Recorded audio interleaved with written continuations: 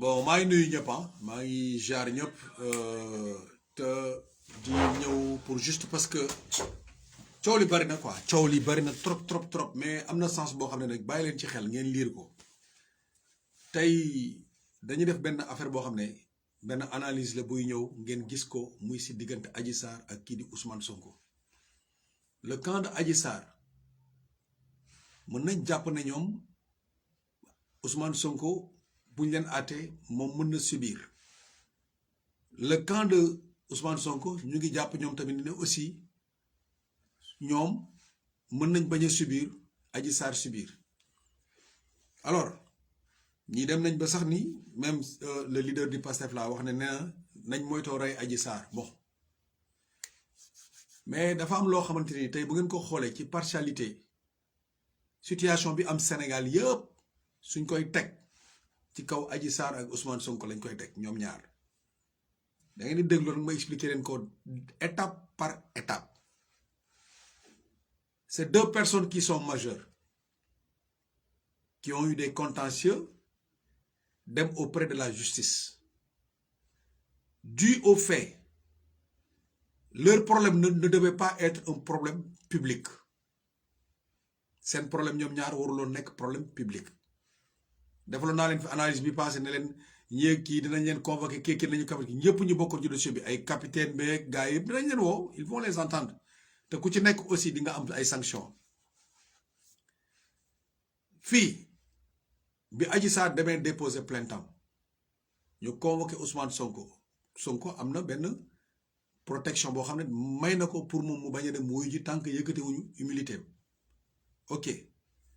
moom tamit génn na def benn conférence de presse ci biir conférence de presse bi ñu ngi naan dafa def li ñuy wax intimidation à la jeunesse ou bien au peuple ou aux militants de sortir et de faire face aux forces de l'ordre ou bien de défendre contre l'État loolu am affaire yoo xamante ni répercuté na ci lenn li ñu ngi koy jiñ état lenn li ñu ngi koy jiñ Ousmane Sonko ci appel à l'insurrection Adji Sarr moom aussi déposé na plainte am mais si ginnaaw plainte boobu soo xoolee Adji Sarr yi mu évoqué ne moom am na ci diggante ak Ousmane Sonko bi mu defee conférence de presse ne dañ ko violé dañ ko menacé ak arme dañ ko doon pseudonymiser yooyu yëpp après suñu defee xam nga dañ leen di déglu ku ci nekk dañ lay déglu suñu leen déglu ba pare après day am confrontation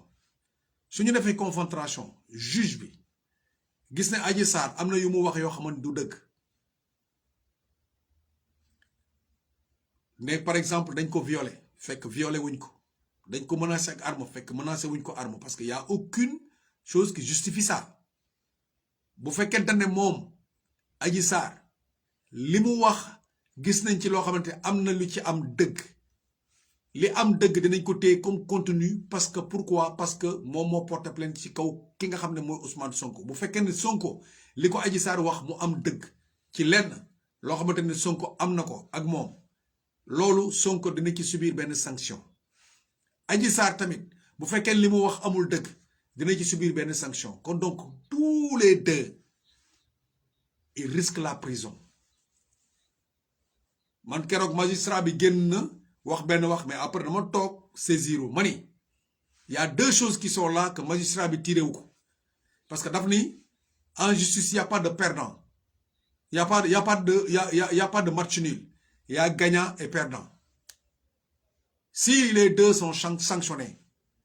amul benn gagnant bu ci nekk amul benn perdant bu ci nekk ils seront tous à l'égalité d'être jugés et sanctionnés par les lois parce que Adji Sarr bu demee ba dafa fen wax loo xam ne dafa aggraver situation bi ba tax tamit aussi am ñu jóg révolté wu ba mu àndi ay mort Adji Sarr dinañ ko àtte ci biir ay mensonge te mensonge yooyu day répercuté ci kawam kii tamit du Ousmane Sonko bu fekkente ne dañ na ko accuser viol bi te gis nañ ne viol am na ci moo tax dina subir bu fekkee viol amu ci côté boo xamante ni parce que y a trois types de viol y a percé par aiguille ou bien par benn doigté wala soit nga percé ko par le sexe xam nga yooyu c'est des viols ou viol verbal léegi bu fekkee xool nañ ne yooyu am na benn bu ci am mun nañ ko sanctionner Ousmane Sonko Sonko tamit buñ ko jàppee ci loo xamante ni tey jii xool nañ ni ci ñett yi ko Adji Sarr waxal yëpp ne daf ko menacé ak arme daf ko pseudonymisé ba pare daf ko violé te loolu yëpp amul Sonko mën nañ ko atteindre ci côté résurrection te bu boobaa dañ koy tëj comme ni ñuy tëjee Adji Sarr kon ñoom ñaari ñëpp il risque la prison même le capitaine Touré risque la prison même Ndeye Khady Ndiaye risque la prison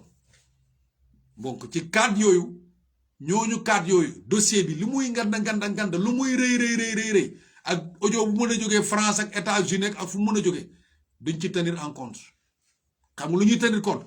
procès bi li ko ubbi plainte bi mooy la plainte c'est commencé par plainte contre diw Adji Sarr nag plainte contre Ousmane Sonko motif viol menace d'arme ak pseudonymisé tout ça mu bind ba pare après day bind circonstance raconté avec les preuves ñu ñëw xool bu fekkee ne amul preuve sanction day dal ci kawam Adji Sarr na compte ne moom elle n'est pas elle n'est pas elle n'est pas nuñ koy waxate elle sera pas la nuñ koy waxate moom du ki nga xam ne moom mooy par exemple mooy gagné procès bi na bàyyi xel ci loolu procès bi mën na ko bañ a ba gagné mën na si dem prison comme Ousmane Sonko mën na si dem prison way la xanaa ñoom ñaar ñu tàqale leen ne kenn amul ci dara luñ koy toppee ñu bàyyi leen ñu dem mais juge moom faaw mu tranché ci li nga xamante ni tey jii moom mooy Adji Sarr dina ko tegal preuve yu leer Ousmane Sonko dina ko tegal preuve yu leer audio yu fuité gauche ak droite yooyu yëpp amul sens loolu moo amoon tey vidéo bu ma leen di defal pour ngeen bàyyi xel ci li nga xam ne mooy tey dossier wu Adji Sarr ak kii nga xam ne mooy Ousmane Sonko ñoom ñaari ñëpp mën nañ dem prison ñoom ñaari ñëpp mën nañ dem prison loolu moom mu ngi nii tegu suñu kanam maa ngi nuyu suma xarit yi Guèye Dieng maa ngi lay nuyu Serigne Mbacké sopp Serigne Saliou maa ngi lay nuyu Guèye Dieng waaw maa ngi lay nuyu lu bare gannaaw laissons la justice faire son boulot la justice est équitable la population du Sénégal souffre faut pas entrer dans ce jeu je ne suis pas dans ce jeu je suis toujours là pour expliquer ce qui peut y en avoir. Je ne suis pas juge, je ne sais pas d'être juge. Mais là, comme je suis un artiste et je suis homme politique, je peux parler là-dessus de manière de sensibiliser les personnes. Parce que nit ñi parfois inconscience dina am lu leen yobul ba ñu def lu ñu warul def. La sécurité de ce pays-là m'incombe et incombe d'autres qui sont comme moi, même toi. Donc on n'est pas là pour juger, mais pour dire en vérité que ne tey jii bu Adji Sarr yaakaar ne moom munu ci dem prison Sonko tamit bu mu yaakaar ne moom munu ci dem prison ñoom ñaar ñëpp mën nañ ci dem prison comme aussi ça dépendrait du juge bu xool ne ñoom ñaar ñëpp topp ñu leen dara ku nekk dem voilà loolu moo doon suma vidéo jaajëf Guèye Dieng merci beaucoup content de toi jaajëf